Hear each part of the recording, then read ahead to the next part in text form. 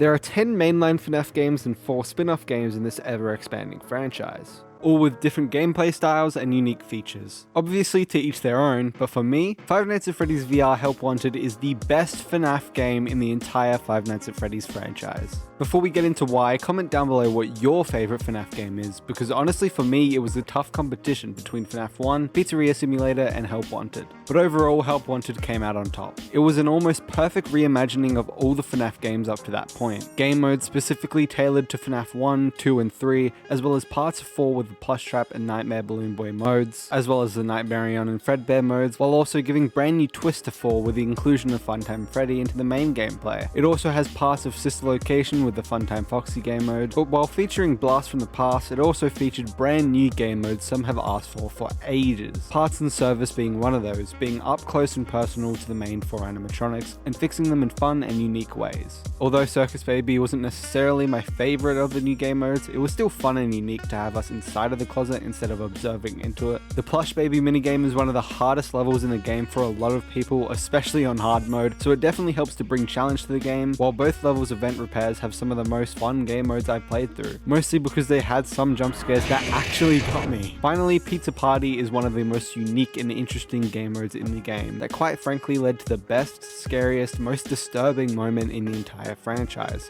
at least for me. Really quickly, if you're enjoying this video so far, please consider subscribing and leaving a like. It helps out a lot and I appreciate each and every one of you. But even with all this new stuff, we also finally had our first ever true Halloween DLC for FNAF that isn't just a reskin of items or animatronics. 7 brand new game modes, all Halloween themed, with another game mode featuring a unique twist to FNAF 1. This DLC had some of my favourite game modes in the whole game, Pirate Ride being one of them. Plushkin Patch and Corn Maze being hard challenges, with Hallway Crawl, Build-A-Mangle, Trick or Treat and Dreadbear all being fun and unique game modes that without this game wouldn't make it to an official FNAF game, which I think was one of the pros of this game. It wasn't held back by basically anything, they could do whatever they wanted with this game. Any game modes they could think of was a possibility, especially with the inclusion of the VR aspect. Although you can do all of this without a VR headset, playing it in virtual reality makes it a million times better and is a whole nother experience. Being able to actually just look around is a great experience to have. Having an expanded look into the offices, the pizzeria itself and all of that was just such a great inclusion. Thanks to VR, you could peek out the doors just a little bit and you could actually see the animatronics walking directly to you, which led to this also being the scariest FNAF game. You're actually scared when they walk towards you, jump out by surprise, or you just load into a level to see Bonnie right in your face. This was the only FNAF game that personally made me jump or be actually scared. When you see something dangerous walking towards you, you want to shut the doors, you want to do everything right. It's a game where the consequences of a jump scare has less impact than the build up to it, which ends up making the jump scare even better. The build up to the jump scare is just